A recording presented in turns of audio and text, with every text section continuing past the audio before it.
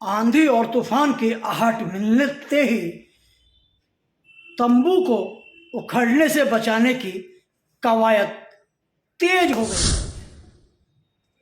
यह तंबू सत्ता का तंबू है जो उत्तराखंड और उत्तर प्रदेश में तेज आंधी और तूफान के साथ आहट मिलते ही उखड़ने की तरफ बढ़ता जा रहा है।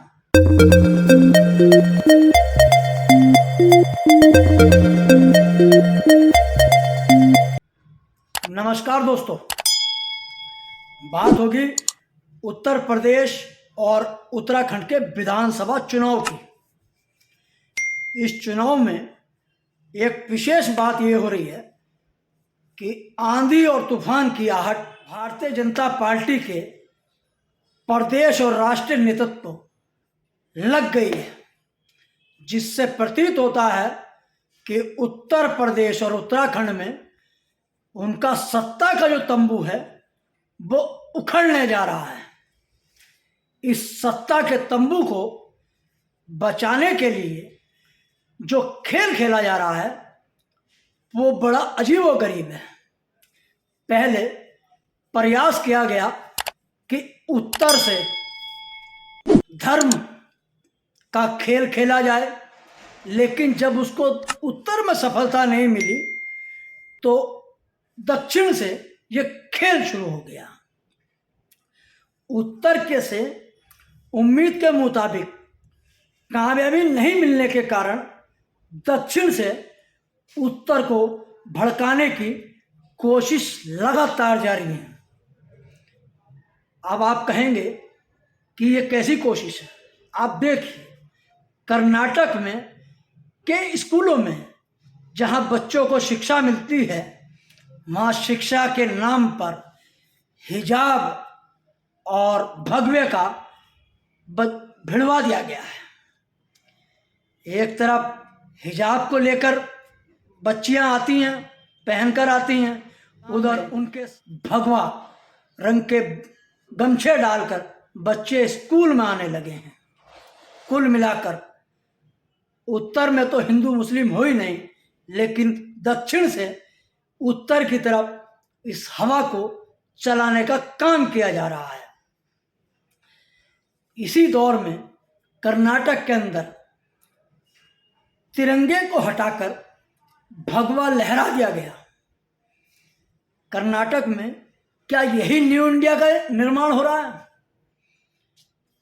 अगर यही न्यू इंडिया है तो शायद लोग कहेंगे कि हमारा पुराना इंडिया ही अच्छा था। तिरंगे का अपमान करने वालों पर क्या राजद्रोह का मुकदमा होगा? नहीं, सवाल ही नहीं होता।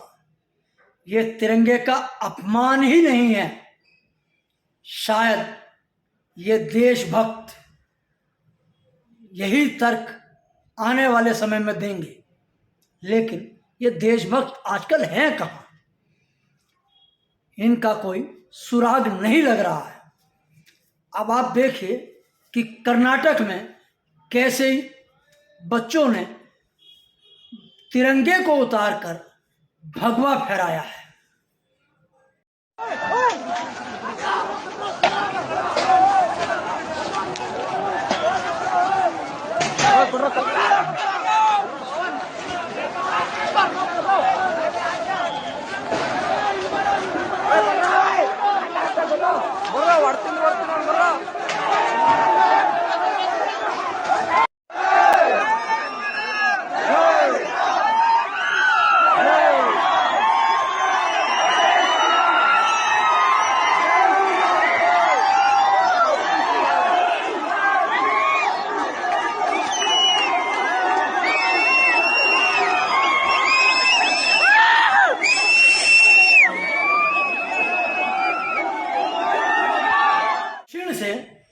उत्तर की तरफ नफरत की हवा बढ़ाने का कोशिश जारी है। उत्तर की तरफ जो प्रयास हुए थे वो तो चले नहीं। किसान यूनियन से लेकर समाज के लोगों ने उनको विफल कर दिया। लेकिन आज दक्षिण से छोटे छोटे पढ़ने वाले इंटर कॉलेजों के बच्चों को इस आग में धकेलने का काम किया जा रहा है, जिसका मुख्य कारण उत्तर प्रदेश और उत्तराखंड है। इन दोनों प्रदेशों में भारतीय जनता पार्टी की सरकार है और जिस तरीके की हवा इन दोनों राज्यों में चल रही है, उससे लग रहा है कि सत्ता का तंबू उखड़ने जा रहा है। प्रधानमंत्री पहली रैली वो पश्चिमी उत्तर प्रदेश के बिजनौर में करना चाहते थे और घोषणा की। उस रैली में मुख्यमंत्री उत्तर प्रदेश के योगी आदित्यनाथ जी का हेलीकॉप्टर उतर जाता है, लेकिन प्रधानमंत्री नरेंद्र मोदी जी उस रैली में खराब मौसम का बहाना बनाकर नहीं आते। मौसम साफ था, कहीं कोई दिक्कत नहीं थी। जब मुख्यमंत्री यूपी का हेलीकॉप्टर उतर सकता है तो प्रधानमंत्री का भी उतर सकता था, लेकिन भीड़ नहीं थी। अगर भीड़ होती तो प्रधानमंत्री आते। प्रधानमंत्री ने वर्चुअल संवाद किया, रैली को संबोधित किया। इसी तरीके से उत्तराखंड में भी तंबू उखड़ने की हवा चल रही है। आखिरी समय में प्रधानमंत्री 3 दिन तक 3 रैली उत्तराखंड में करने जा रहे हैं।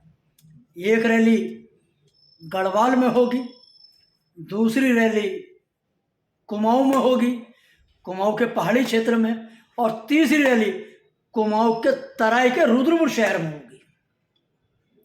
इन 3 रैलियों के माध्यम से जो तंबू में उखड़ने की संभावना है, उसके पाइपों को पकड़ने के लिए अपने कार्यकर्ताओं को तैयार किया जा रहा है। क्या प्रधानमंत्री इस हवा में जो चल रही है, इसमें तंबू बचा पाएंगे? इसमें कोई दो राय नहीं। 2014 में, 2017 में, 2019 में प्रधानमंत्री के पक्ष में हवा चल रही थी और कांग्रेसियों के तंबू उखाड़ दिए थे उस हवा में। लेकिन 2022 में कुछ हवा भाजपा के खिलाफ चल रही है और नीचे नीचे जिसकी हवा की रफ्तार जो है वो लगातार बढ़ती जा रही है। उत्तर प्रदेश के में प्रथम चरण का चुनाव 10 तारीख को है, जिसमें 58 सीटों को लेकर मतदान होना है। 53 सीटें 2017 में भारतीय जनता पार्टी के पास थी, जहां माना जा रहा है कि कम से कम 30 से 35 सीटों का नुकसान हो रहा है प्रथम चरण में। द्वितीय चरण में भी उत्तर प्रदेश के पश्चिमी उत्तर प्रदेश के जनपदों में ही चुनाव है और 14 फरवरी और उसी में उत्तराखंड में चुनाव है। प्रधानमंत्री नरेंद्र मोदी 10 तारीख को भी उत्तराखंड में रैली करेंगे गढ़वाल में, 11 को कुमाऊं के पहाड़ में रैली करेंगे और 12 को प्रचार के आखिरी दिन रुद्रपुर में रैली करेंगे। वहीं पर उत्तराखंड के मुख्यमंत्री पुष्कर सिंह धामी की सीट भी खतरे में है। उनकी सीट को बचाने के लिए उत्तर प्रदेश के मुख्यमंत्री योगी आदित्यनाथ भी 12 तारीख को ही उनकी विधानसभा खटीमा में रैली करेंगे। कुल मिलाकर जो हवा चल रही है उसमें लगता है कि उत्तर प्रदेश और उत्तराखंड में भाजपा का सत्ता का तंबू उखड़ रहा है। उस तंबू को बचाने की कवायद बहुत तेजी से चल रही है। एक तरफ प्रधानमंत्री की रैली, उधर दक्षिण से उत्तर की तरफ हिंदू मुस्लिम का कार्ड की हवा लाई जा रही है। ये दोनों को मिलाकर अपने सत्ता के तंबू को बचाने की अंतिम कोशिश है। ऐसा नहीं है, उत्तर प्रदेश में तो 7 चरणों में चुनाव है, 5 चरणों में।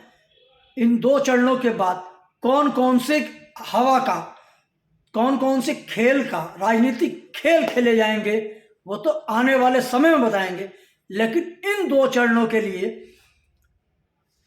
हिंदू मुस्लिम कार्ड और रैलियों का रैला शुरू कर दिया गया है। इनका कितना प्रभाव पड़ेगा इसका तो 10 मार्च को जो चुनावी परिणाम आएंगे उनमें खुलासा होगा, उनमें रिजल्ट आएगा कि प्रधानमंत्री का चेहरा आज कितना बोलता है। क्या 2014 वाली चमक है, 2017 वाली चमक है, या 2019 वाली चेहरे की चमक है, या 2022 में ये चमक फीकी पड़ी है।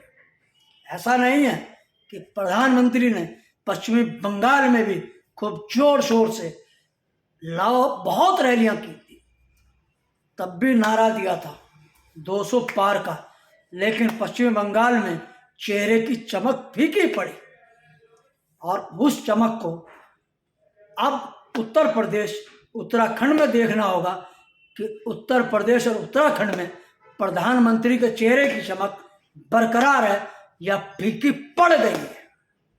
आपको वीडियो कैसा लगा आप कमेंट सेक्शन में जाकर अपने विचार व्यक्त कर सकते हैं और इस चैनल को सब्सक्राइब करते हुए बेल आइकन का बटन दबाकर आजाद पत्रकारिता को सहयोग दे सकते हैं।